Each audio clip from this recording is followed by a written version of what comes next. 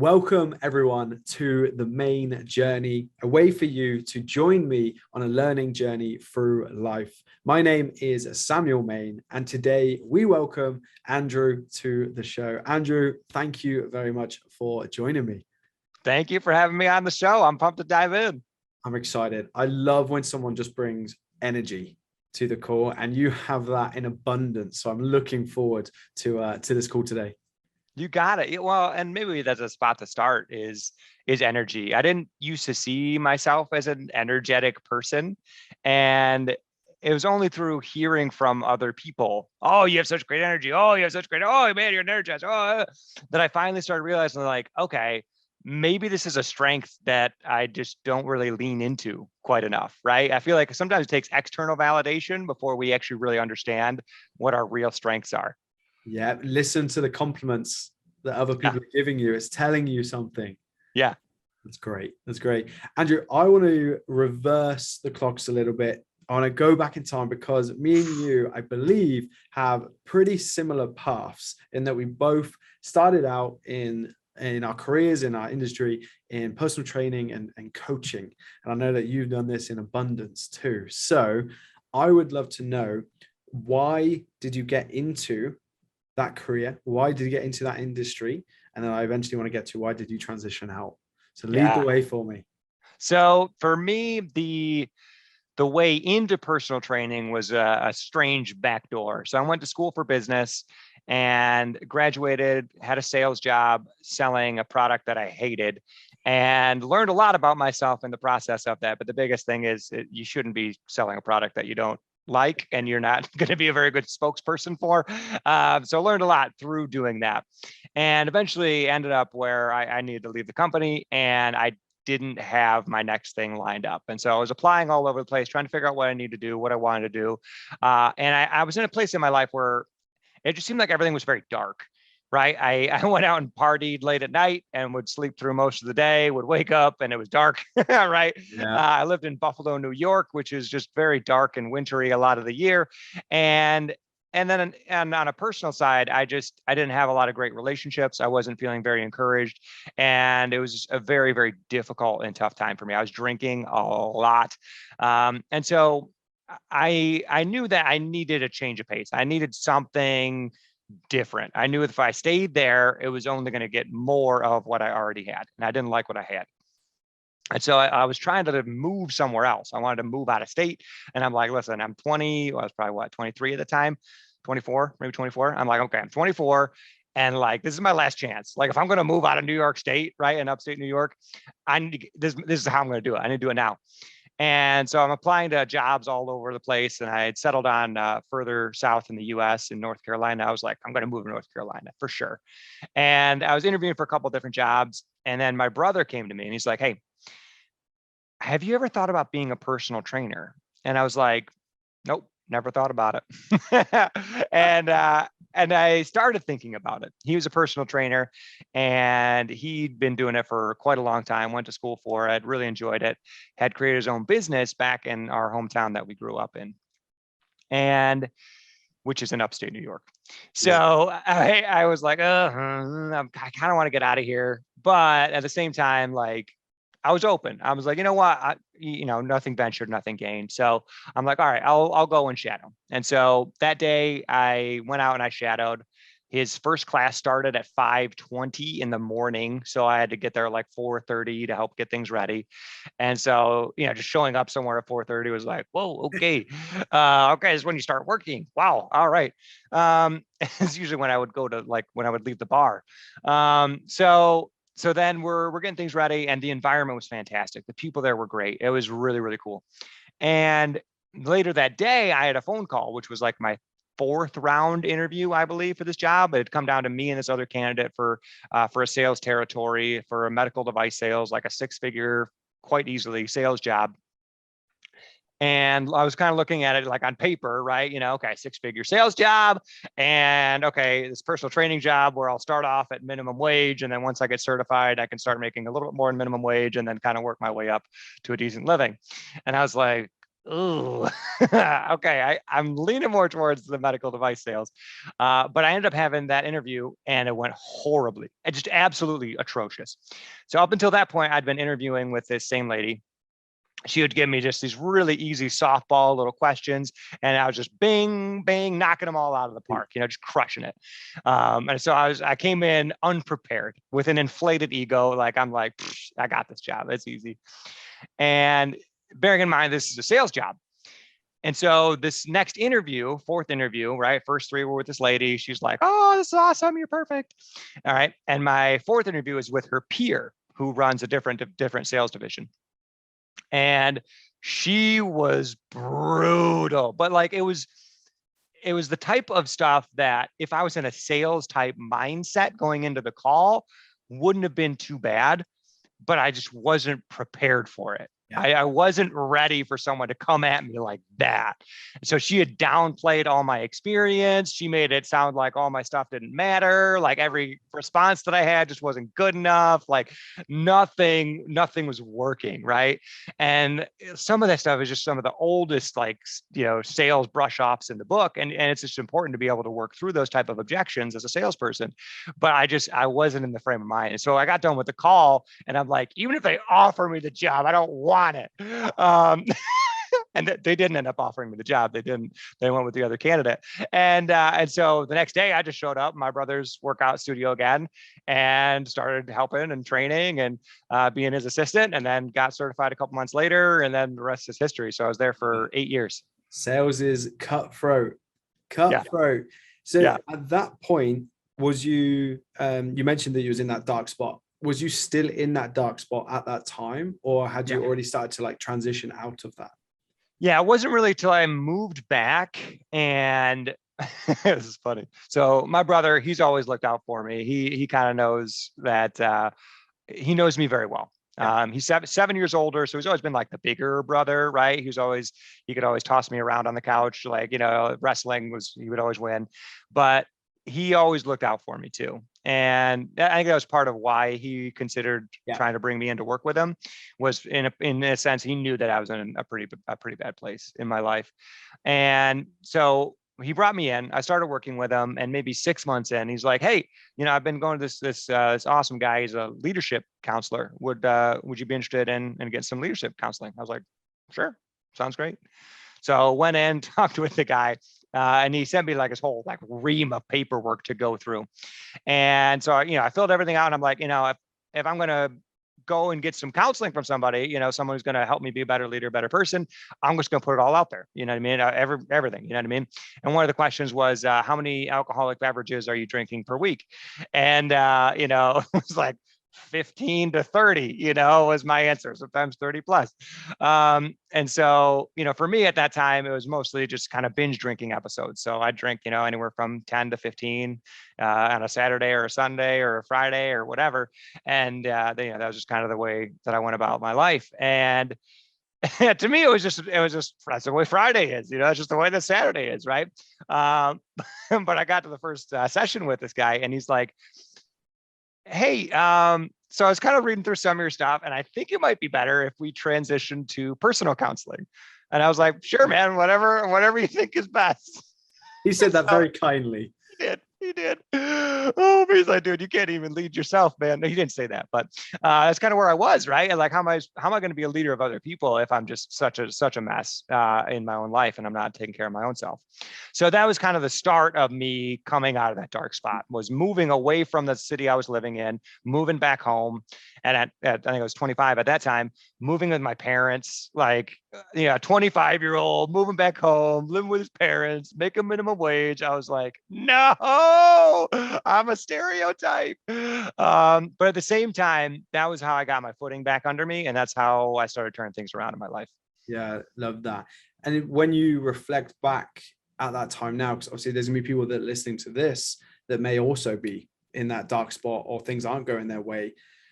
Looking back, obviously you had the counseling, which would have helped, but what were some of the main things that you done or that helped you to get out of then that dark spot? Yeah, I would say there's three things to think about: people, places, and things. And the people that I was spending my time with were heavy drinkers. They were people that had many dysfunctions in a lot of ways. That's why they were drinking heavily. And for me, I found that I was in a lot of places that weren't great. Spent a lot of time in bars, spent a lot of time in weird house parties, all kinds of other stuff. And I wasn't in any places that were enriching me, making me a better person, right? I didn't have a group of people around me that were lifting me up or challenging me to be better. And the things that I was doing weren't getting me any closer to what I wanted. And so all those pieces combined, they were in a sense me, right? I was the guy that went out to the bar, hung out with his friends, and came back and played video games and what I mean. Like my life was very, very empty in that sense. I didn't have a whole lot of things that were enriching me and challenging me and pushing me to be better. And so those people that are in that dark spot, I would take a look at one of those three things, right? Look at the people that you're spending your time with, look at the places where you're spending your time, and look at the things that you're doing. What are those things that you're doing with your time? And right, a lot of this is your time. How are you spending it? Because we all have that same 24 hours, right? And there's some people that do amazing things with it. And there were people like me that were just totally wasting it, right? And not doing much to not only help myself, but just make a difference in the world, right? Make an impact on society, whether it's big or small. Yeah, love that. I love that advice, that people, places, things, just having that structure is so powerful.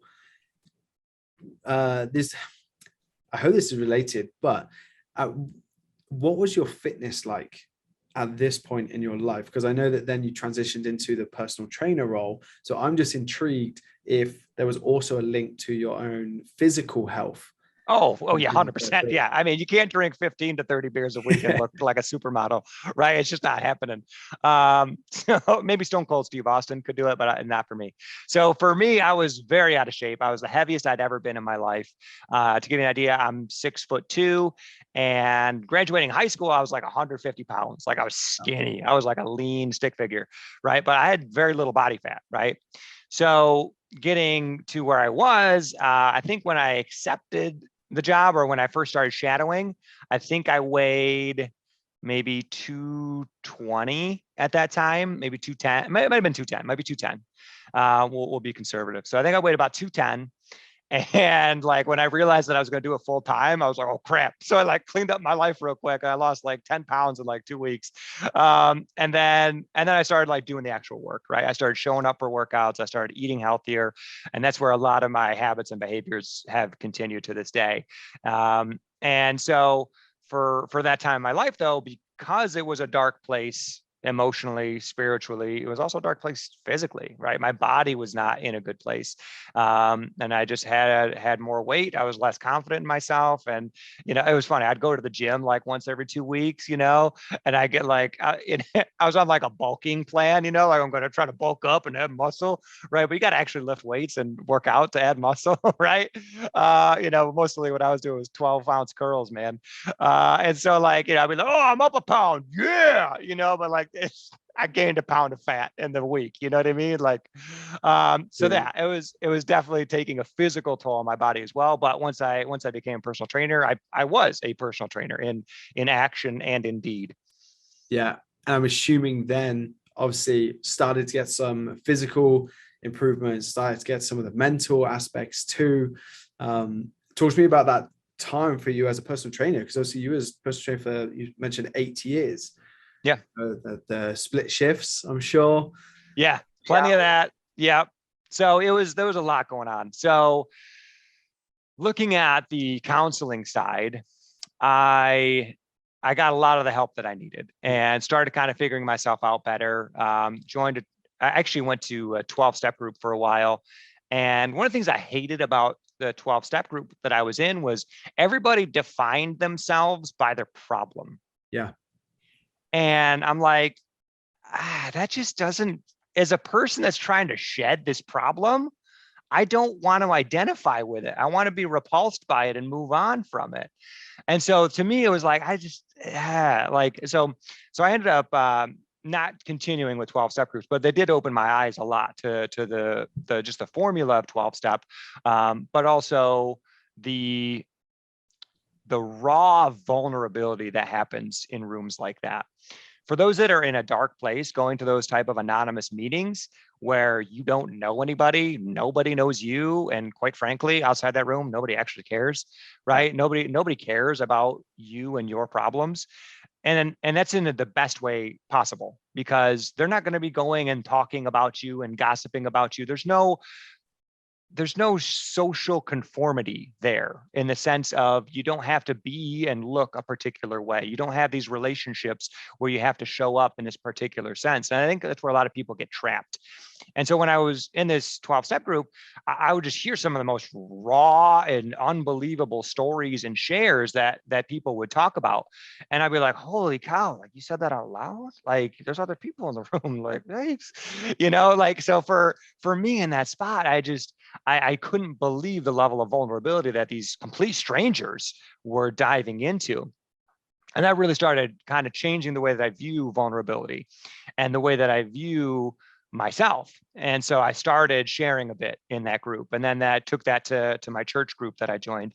And then I took that to the classes that I was teaching as a personal trainer. I took that to my personal relationships that I was in. And I found that the more vulnerable I was, the more real I could be, and the more I could share and be authentic, the more that people resonated and connected. And my fear of being shunned and my fear of being ostracized and being weird was completely unfounded. It was the more vulnerable that I got, the more I connected with people, which is what I needed, right? Because here I am just trying to just obliterate myself with alcohol. But what I needed was human connection. I needed to be real with people. And I didn't get that when I was drinking. And so, with that whole time in my life, it was a progressive change. And so much of that progression happened mentally, it happened spiritually, and it happened physically. It was all happening at the same time. It was a very transformative time in my life, from age 25 to about age 27. So much happened in that period of time. And, following the physical journey, right, I lost, probably 30 or 40 pounds. What was it? I ended up at 170 as my maintenance weight for a while. And so that's what, 37 pounds or so, right?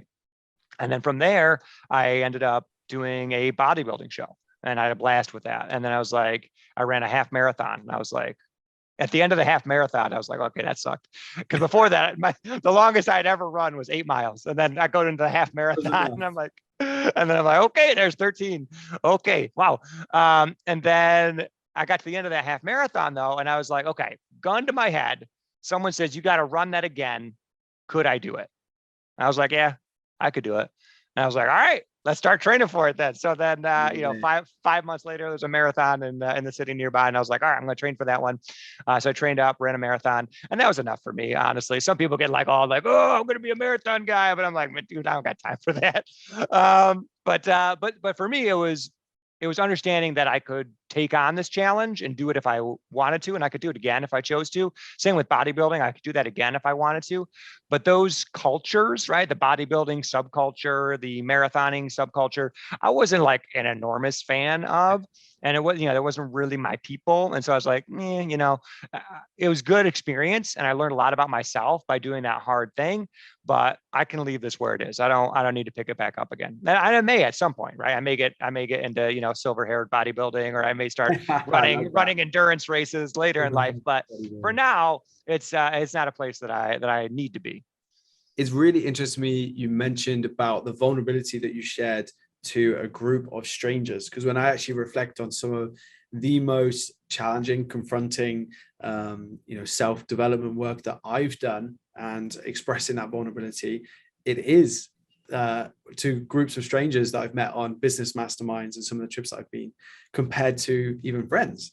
It's really interesting that sometimes that's actually easier, but it also expresses the importance of that conversation and expressing that vulnerability, because then that led to the trigger, the changes, and then ultimately all of this future success that you were able to then have. And from the sounds of it, started to enjoy the challenge of new things, the bodybuilding, the marathons.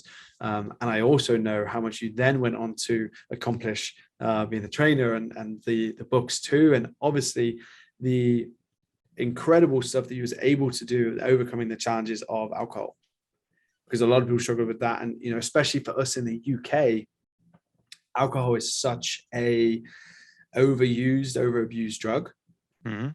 you know, and it really is a reliance for a lot of people. Very, very tough, because it's so culturally It's just everywhere. evident. Yeah, Yeah. it's everywhere. It's everywhere. So it's even more impressive that you was able to, you know, surpass that challenge. So Yeah. Well, why don't we pull that apart too? Because I feel like alcohol is one of those things where whenever I mention that, like, oh, I just don't drink anymore, people are like, oh, I could never do that, yeah. and it's like, well, let's pull that apart a little bit, right? So one of the things that I found is there's a lot of bad stuff in my life. And for me, alcohol was a bad thing. It was not doing me any service. But for some people, alcohol is a good thing. For some, it's okay. They can handle it. They don't need to get completely blitzed every time they have a beverage.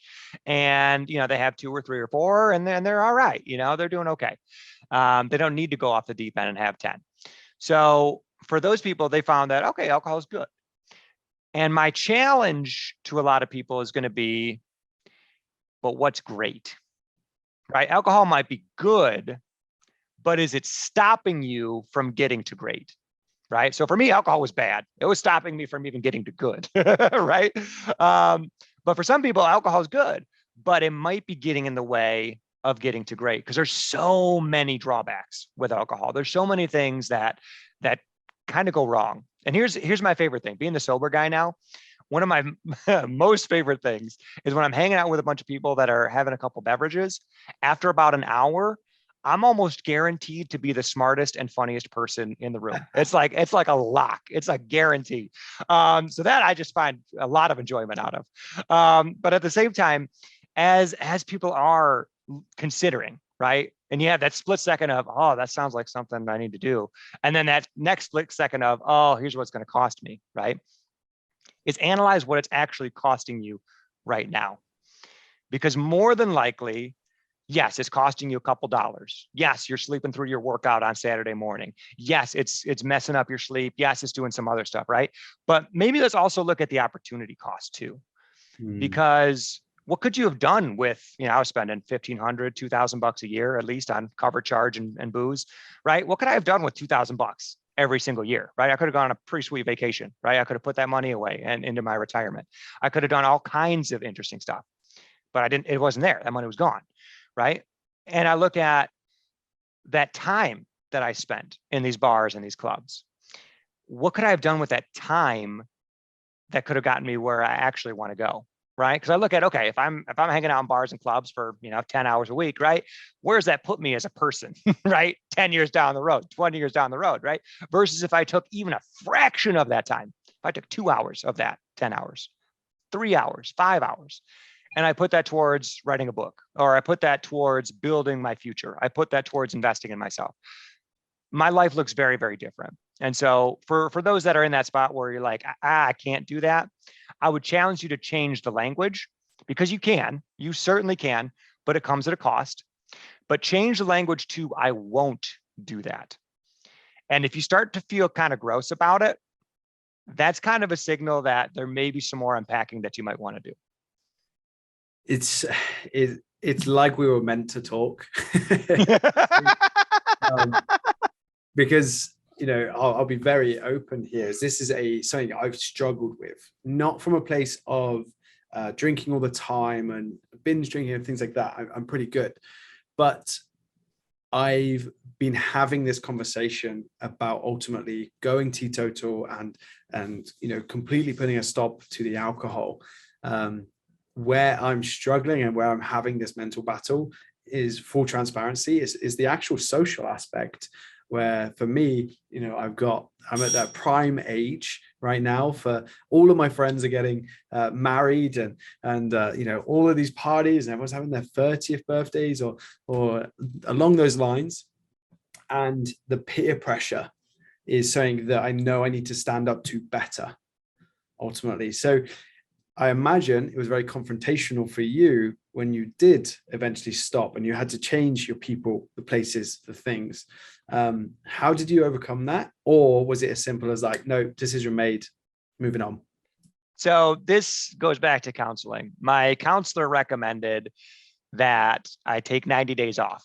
Just go 90 days without alcohol. Just kind of show yourself who's the boss, see how you feel, just test it out. And at first I was like, no, I said, I can't do that. Right. I said, no, I can't. No way. It's too much fun. Right. It's like, to me, I had tied it to so many special memories, right? Where I'm, hanging out on the dock with friends, sipping some beers, jumping in the water, hanging out, having fun, throwing a frisbee. It was tied to this nostalgic summertime, easygoing kind of vibe, right? And it's like, if I don't have alcohol, I'm going to lose that whole experience, right? I'm going to lose that whole social aspect. Then my whole friend network is going to fracture and fall apart. I'm going to be the weird one, or what, there's a million things that went through my mind, right? And so I told him I wasn't going to do it. I was like, maybe later. And I had the most epic hangover of my entire life. I had drank my way through an entire weekend from like a Friday afternoon, through the evening, fall asleep, wake up, have a nice beer in the morning with breakfast, right? And then start again the next day, and then fall asleep, wake up, and I did it again. Right. And so like my body was just a wreck. I couldn't eat. I couldn't even drink water. Like I was just messed up. I had driven my friend down to this campground, and I had to have him drive back the rest of the way because like I couldn't physically drive. And it wasn't because I was inebriated. It was because my body was so wrecked from alcohol. And so I'm in this spot. I'm laying on my bed, and the Alcoholics Anonymous book is on my shelf right next to my bed. And I'm like, oh, son of a gun. So I pick up the book. I started leafing through it a little bit. My counselor had given it to me. And I'm leafing through it a little bit. And, I kind of read some stuff. And I'm like, you know what?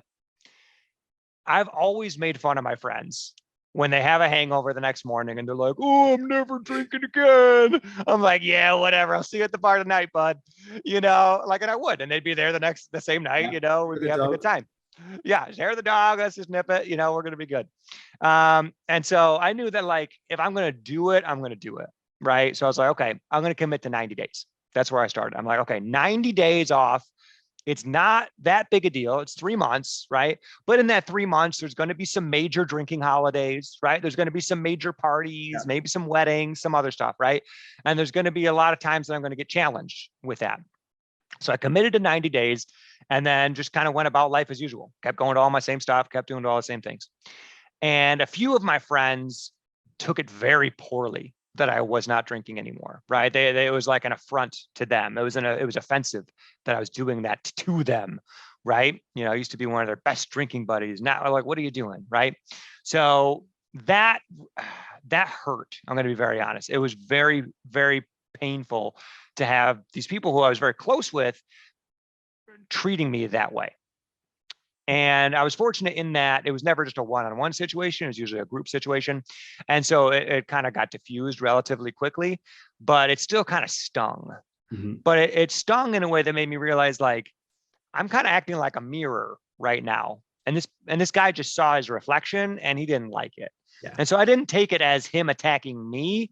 I took it as this particular guy was really probably more attacking himself. He was disappointed that he wasn't going to have someone who was going to enable him in that kind of a way.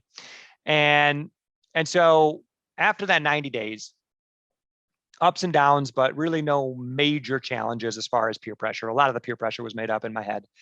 And got to the end of the 90 days and I was like, I feel better than I ever have in my life. I have slept better. I have done more workouts. I have grown more personally. I feel better emotionally. And it was so hard to place what the difference was other than alcohol, right? Because I've been doing tons of personal growth work, tons of counseling, all that other stuff, right?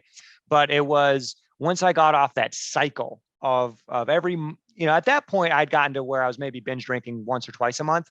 And, so that's, 3 to 5 cycles of binge drinking that I didn't go through, right? And I found that I'd been able to better process what was going on. I had a better handle on myself, my life. And at the end of that 90 days, I took honest stock, honest reflection. And I was like, I feel so good right now. I never want to go back.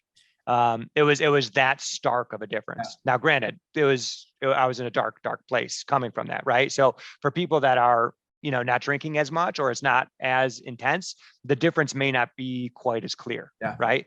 But that was kind of me with my journey, was committing to that 90 days first.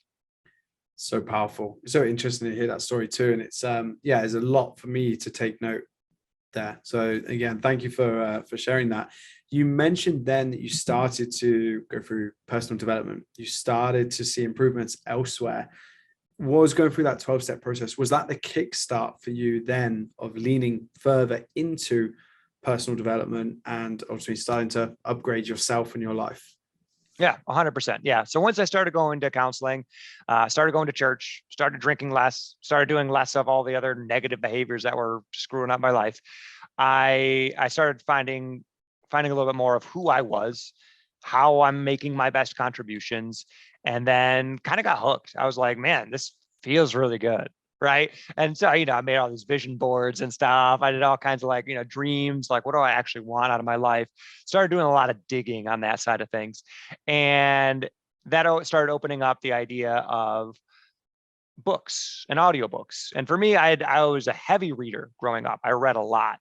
And by the time I graduated high school, I'd kind of gotten burned out of it, because most of the reading that I'd been given and assigned was not very good, or the way that we dissected it was just slow and painful and not very interesting. And so I had been really turned off by it, especially with college and all the textbooks and stuff. I'm like, I'm done. So, from age 22 up till age 25, 26, I read, handful of books, a book or two a year. And by the time I got to 26, my brother's like, hey, you should read this book. And I'm like, oh, yeah, I know. And he's like, try Audible. Try just listening to it and just kind of just don't take any notes, just absorb it, like it's a lecture almost. I'm like, all right, I'll try it. So, but that's another one of those things where I don't really like people telling me to do something. I have to internalize it first, right? So he recommended it. I'm like, okay, great. And then later, maybe a month or two later, I came back to it and made it my own, and then decided to try it. And that was a kickstart for me, as I listened to a couple books in a row, and I was like, oh, this is really great. It's cool stuff. Right. I started actually physically reading and supplementing with other audio stuff. And, I remember, probably by age 28, the year right before the year I got married, I think I'd gotten through probably 45 or 46 books the previous year, because it just kind of accelerated, right? It just became so much easier to lean into it, because I saw what was taking place. And so much of that has been through absorption, right? Has been through reading, has been through going to seminars, going to conferences. But I found the times where I've grown the most have been through adversity and hardship. I learned so much through the books. I learned so much through seminars. I learned so much from speakers and mentors and these other people. And that's what I look at as it's the sparkly side of personal growth. It's like the rah, rah sales conference, woohoo, we're all amazing kind of a vibe to it. And I found that most of my real growth has happened in the darkest, crappiest, saddest, most stressful times in my life. And one of those times actually happened a few years back, when my wife and I were trying to get pregnant with our second child. So we had one daughter. She was amazing. And we're like, okay, well, let's see if we can have another one. We were like, oh, what if we tried, kind of soon? That way, they're kind of close in age. They could be best friends or greatest rivals, whatever. And so we're trying to get pregnant, and we do get pregnant, and we ended up having a miscarriage. And that was a shock. It was a surprise. I was like, this type of stuff happens to other people. Yeah. You hear about hard times and stuff on the news, and other people that have tough stuff. You see it on Facebook, whatever. And I was like, this is my life now, though. This is something really negative that happened.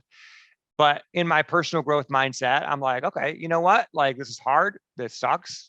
And this is a hard thing to go through as a couple, but we're gonna make it. We're gonna be okay. So I kind of put the bootstraps on, let's go. We're gonna be okay. And a few months later, we get pregnant again, and then we have another miscarriage. And that one was a shock. That one was I wasn't ready for the first miscarriage. And then coming into that second miscarriage, I was in disbelief. I was like, okay, bad things happen, but bad things don't happen this often. You know what I mean? Or this close together, or this frequently. This is this is awful. And then get through that, and we have a third miscarriage. And by that third miscarriage, like I was just numb. I was broken, and I was in a I was starting to go into a dark place again.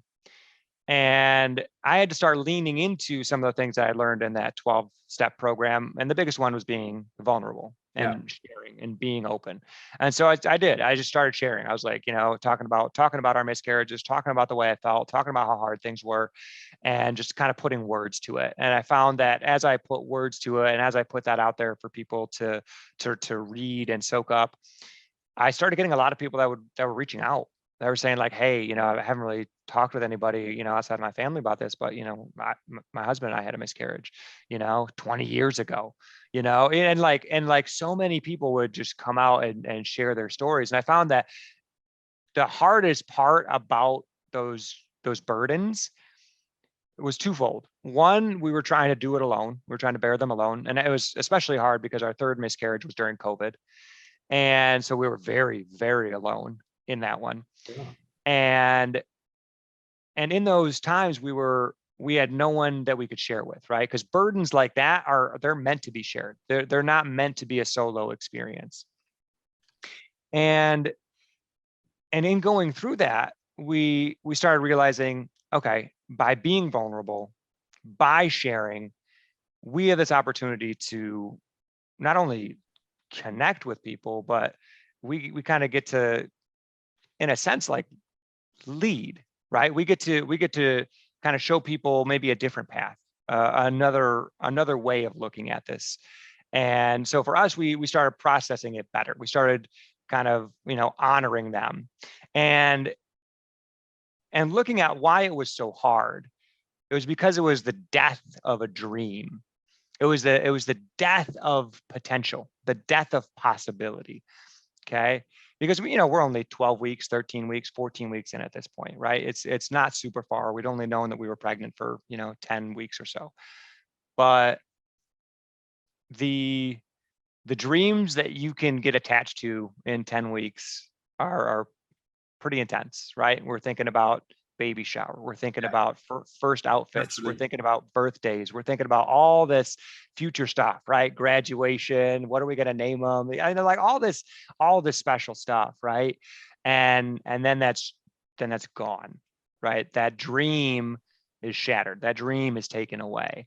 And miscarriage is a big challenge in itself, but there's other hardships that are like that. Maybe it's your leg. Maybe your leg gets taken from you, right? Maybe another loved one gets taken out of your life, right? There's these hard, brutal realities that we live in where bad things just kind of happen. Mm-hmm. And things are taken away from us that we're not ready to let go of, or we don't want to see go. And it changes your dreams. It changes your reality. And the hardest piece in that is letting the dream kind of die and honoring that dream, and then sharing that with other people, letting other people start to lift you up from that. And, I've always felt like I'm a self-made man, but so often I'm at my best when other people are helping to pick me up. Oh yeah. One, thank you for sharing, because obviously that's an extremely sensitive, difficult topic. But two, because it's still not spoken about enough. Obviously, one, like how difficult a time that must have been, but also, like you mentioned, how common, unfortunately, that it is. And it still feels almost like a taboo subject. It's getting better these last couple of years from what I've noticed, but it's still not spoken about enough. And like you say, that hardship is, certainly builds character. It builds that resilience, whether you want it to or not. And for those that are watching the video, I've got this little poster over my left shoulder, which is my life in weeks, and it's ultimately a countdown to the average death of 88 years. That's the average lifespan that most humans would have, and it's ultimately a countdown. But for me, it's this reminder of like, you may not have time. We count on, that we're going to live to 100. We're going to have all this time, all this energy to do these things, but you don't know what's actually coming tomorrow. And it's very confronting, very challenging. Yeah, I was talking to somebody the other day, and they mentioned the idea that some people are living like they're going to get a chance to do it again. You know, like they're living a half life. You know, they're going part way. They're yeah, you know, I'll get to it later. I'll get to it later. I'll get to it later. But that's such a poignant reminder. Is as you fill in those weeks, as you cross out those weeks, right? It's another one gone. I don't get that back, right? I only have what's ahead of me, and there's no promise on what's even ahead of me, right? There's no promise that I have that many. And he brought up a similar point, which was, let's say, your parents have that same age, right? They're going to live to 88 or whatever, right? So my parents are almost 70. So we'll say, maybe it's 18 years, right? And then you look at how many times do I hang out with my parents over the course of a year, you know, as an example, let's say 20 times, and we'll say maybe they have 20 years left, right? So I get 400 more chances to see my parents as a best case scenario. And maybe it's 200 more chances. Maybe it's only 100 more chances. Maybe it's only 20 more chances, right? And as we really start to look at that, it becomes that much more precious, right? Because instead of being like, oh, we got 20 years, right? We've got 100 occasions, yeah, right? Let's enjoy those occasions, right? Let's make sure that we are being real, that we are connecting, that we are not trying to live that half life. Yeah, I could not agree more. And this is something I've actually tried to improve upon, is that, when you have those impulses of, oh, I wonder how this person's doing. Oh, I should phone this person. Oh, I should send this person a text. I wonder how this person's business is going. I've started to be much better just acting on impulse. If that person's come to mind, I message, I call straight away. Oh, you're on my mind. How are you doing? Because it just matters so much. I've been very fortunate. I have a very strong support crew around me, and I think any entrepreneur needs that support crew.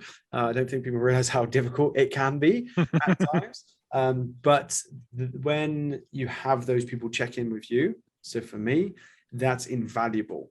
And one of my love language is certainly not like receiving or even giving gifts, but that personal touch for me in that relationships is everything.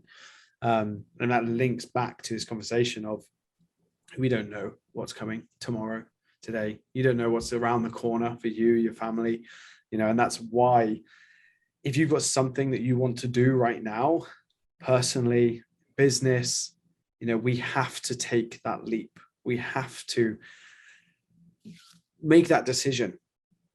Ultimately, that's how I view this. Andrew, you've shared obviously some of the challenges that have come up the last couple of years. Tell me more about what you're doing now and some of the exciting things that I know that you're working on at the moment. Sure. So there's a lot. So I ended my personal training career after 8 years at the kind of tail end of COVID. COVID really was not fun to be in the personal training space. It made everything so much harder. It was so much tougher to interact. And just for me, it took so much of the fun away from it.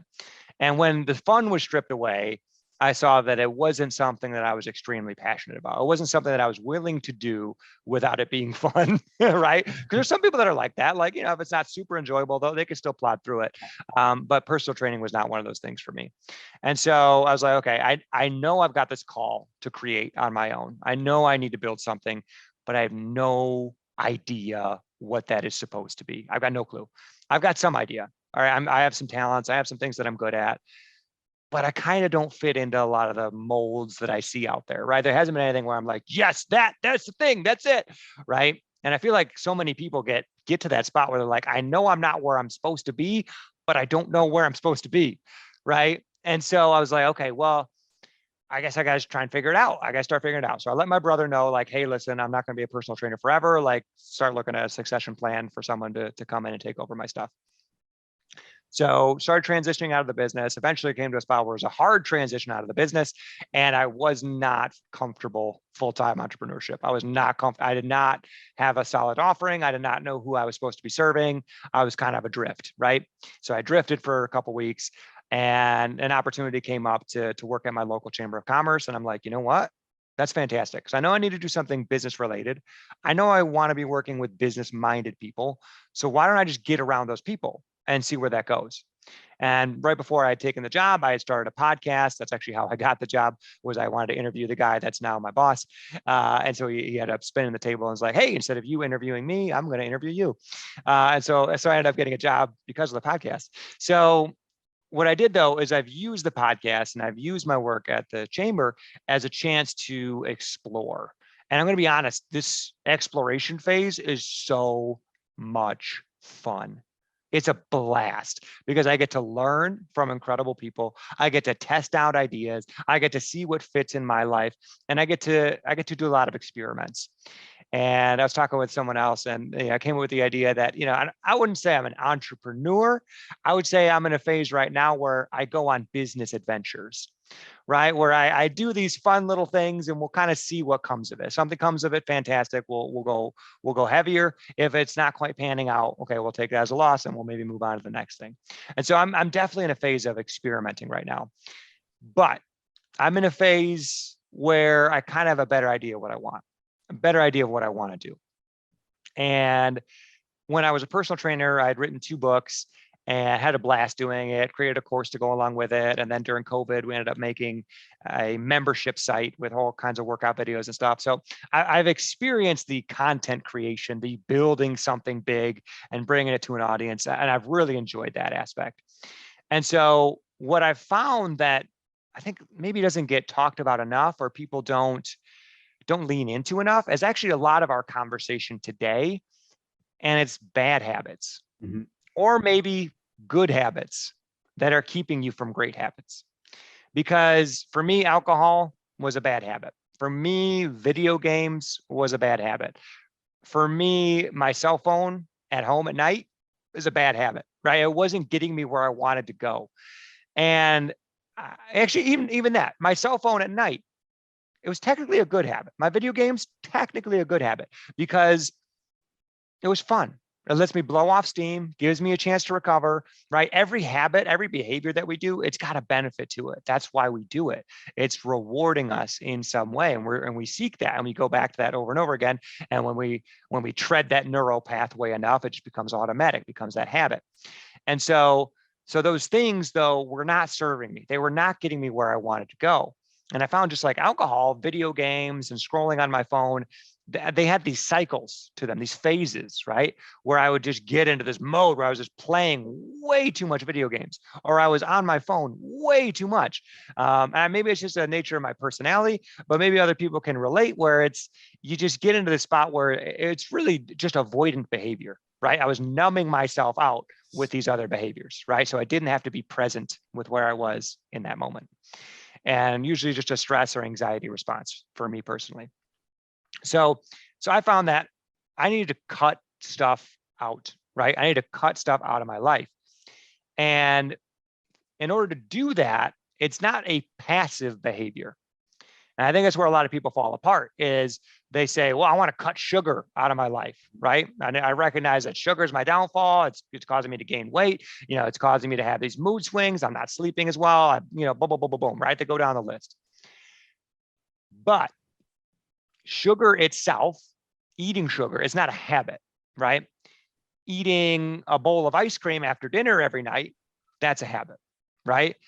Having, a entire plate of pancakes for breakfast, that's a habit, right? And so if you want to attack some of these unhealthy things, these challenging things in your life, whether it's mentally unhealthy, whether it's physically unhealthy, or any other type of unhealthy, you got to recognize that you got to boil it down to a habit. And so that's where I'm at right now, is I want to help more people understand how habits work and how to cut stuff out of their life, but do it in a way where you're active with it, right? Because let's say you are in a spot where you're eating ice cream every night, right? If you're just going to cut that out of your life, that's a passive habit. You only win by time expiring, right? And I don't know about you, but I like to win because I played the game, right? I like to win because I got to be on the court, right? I got to take a shot.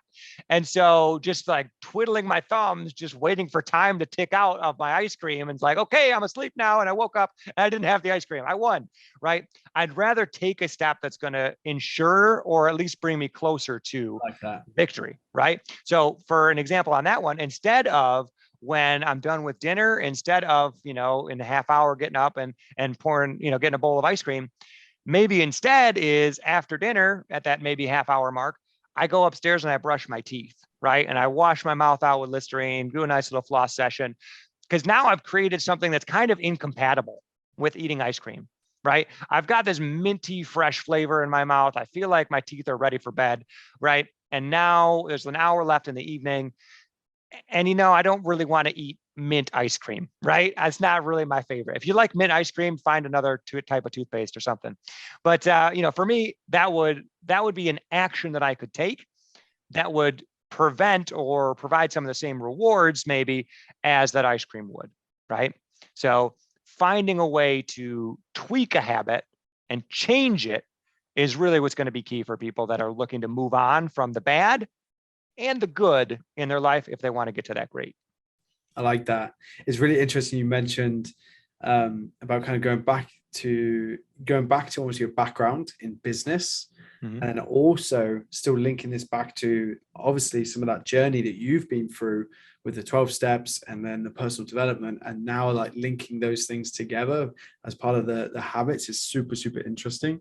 Just as we're talking about habits, I've definitely found in the past for me is that I've had these good habits that I'm journaling, meditating, I'm writing, the exercise, all the things. But I've also sometimes realized that I've used those as almost ways for me to procrastinate too. Do you have any advice for someone that's like, maybe they're almost like lying to themselves and being like, oh yeah, I'm being productive, doing these good things, when actually it's just skirting past the bigger problem? Yeah. Well, and I think a lot of that comes down to your values. A lot of that has to get tied back to what's actually important to you, right? So if growing your business is important to you, if being around your family more is important to you, if having a thriving spiritual life is important to you, a lot of times those important values in our lives, we start to almost push them aside, or we let the things of the moment get in the way. We know they're important, but I'll get to it, right? Kind of back to that calendar on the wall, right? I know it's a big deal, but maybe later. And for me, one of my strong values is being present for my family. And I remember, I didn't actually realize this till last week, but when I would play video games or when I was on my phone, my oldest daughter, would occasionally come up to me and say my name again and again and again and again, couldn't quite get my attention. And so she would start just visibly, just forcibly shaking my arm and to just kind of shake me out of whatever I was doing. And when I reflected on that for a little bit, I was so sad. Yeah. I was so sad that my daughter had to physically shake me in order to get her dad to pay attention to her. And then I tied this back into a time earlier in my life where that was actually a scar that I have, where my mom was going through a challenging time. She had actually had a miscarriage right before I was born. And so I remember when I was younger, she battled depression. She had all kinds of challenges that she was in.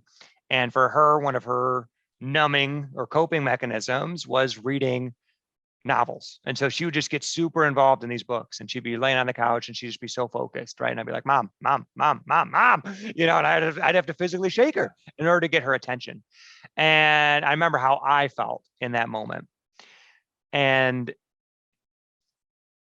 that's, I think, going to be what's most important for those that are in that spot where they're procrastinating, or you're in that spot where you're putting something off, is to go back and look at what are your values, what is really important to you. Because when you're doing those things that are really important to you, the way that you get there becomes so much easier, right? So one of the habits I've adopted recently, still in the middle of this habit, still ironing out some kinks, but I'm working at leaving my phone off when I get home. I pull up to my parking spot, I look at my phone, I verify that nothing's on fire in my inbox, in my email, in my text messages, And I've let the important people in my life know that I'm doing this, and I turn it off. And I either leave it in my car or I put it in my lunch bag, and then I go inside. And then I'm present, and then I'm with my daughters, and I'm with my wife, and I help with household chores, and I'm there. I'm dad, right? Instead of being Andrew alone on his phone on the couch. Love that. Because to me, being a dad and being a husband is a powerful value for me. And I'm willing to do just about anything to do that well. Love that. That's such a great commitment too. It's I can see the power of doing that, which is awesome. Andrew, I've got two questions for you. One, and I don't even know if you can answer this, but what would be one habit that everyone could implement that would positively impact their life? Oh, goodness. If you could pick one, that's pretty difficult. That is really, really hard. I would say if you're going to add in one thing, if you're going to add something, add in forced reflection. Add in time where there's no device, where there's no radio, where there's no people, where there's no distractions, where it's just you. And there's a reason that I think so many people are stressed and anxious and depressed nowadays. There's a reason that so many of us are medicating, whether it's with drugs or food or alcohol or whatever else we medicate with. And I think so much of that is because we are hyper connected. We have so much at our fingertips instantaneously. And if you've ever had the thought of, when you're in the shower, you have some of your best moments of brilliance, right? It's probably one of the few places left in our lives that instant access to stuff hasn't quite invaded yet, right? It's one of those few times where you may just percolate, you may just reflect, you may just let your mind go blank, right? And I think structuring in a habit where you have some of that, where you have time where you're not going to be distracted, I think is going to be one of the most powerful things that anybody can do. And it's not one of those things that you're going to be able to measure. You're not going to be able to say, well, because I did this habit, I made $10,000 more this year. Because I did this habit, my wife and I didn't get a divorce, right? It's not going to work that way. But you will notice a difference. Kind of like I did with alcohol. I noticed a difference when I stopped drinking alcohol. You'll notice a difference if you have time to think, if you have time to reflect. I like that. You answered that very, very well. Well, thank you. That's a very difficult question. It's hard to prescribe something across the board. I like it. I'd like to say question 2 gets easier, but it probably doesn't. What advice would your future self give you in this current moment? That's a good question. I'll read it again, just to give you some thinking time. What advice would your future self give you in this current moment?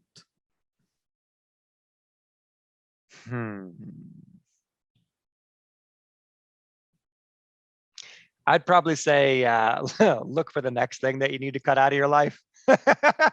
So for me, the major things that I've cut out has been started with pornography, moved to alcohol, moved to video games, now working on my cell phone.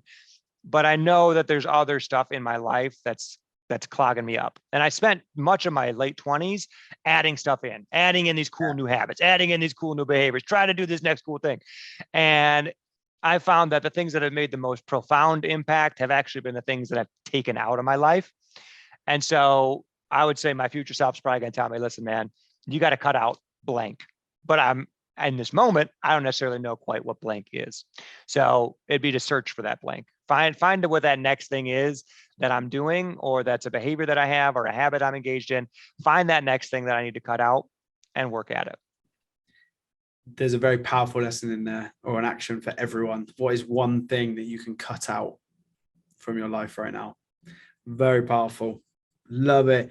Andrew, this has been so much fun. I am extremely grateful for you, one, for coming in and just joining me, but also just to be so vulnerable and to be so willing to share as well, because there's a lot of things that we've covered today which still seen as taboo, and it's not spoken about enough. And you've shown up with courage, you've shown up with energy, you've shown up with wisdom. And although right now is a transition period for you, I'm very excited about what is coming for the rest of the year, the next 5, next 10 years. I'm sure it's going to be some really, really exciting and cool things. So again, I'm very appreciative for you joining me. All of your links, everything is going to be down in the description. However, what would be the best way for people to contact you, or do you have anything on offer or anything right now that you'd like to promote? The floor is yours. Perfect, man. I love it. Honestly, the best way to connect with me is probably going to be LinkedIn. It's become my social media platform of choice. People aren't as toxic there. There's more interesting discussions, and it's more normal just to connect with strangers and get to know them better. So LinkedIn, I would definitely say Andrew Biernat is my name. There's a couple Andrew Biernats out there. One of them's a Google engineer. One of them's been on the cover of like 200 romance novels. He's totally sexy. That guy's not me. Okay, look for the other guy that's not a Google engineer and is not totally sexy, and that's me. I like it. I like it. Andrew, again, appreciate your time, and we're going to have to do this again sometime. Appreciate it, Samuel. Good to be on the journey with you.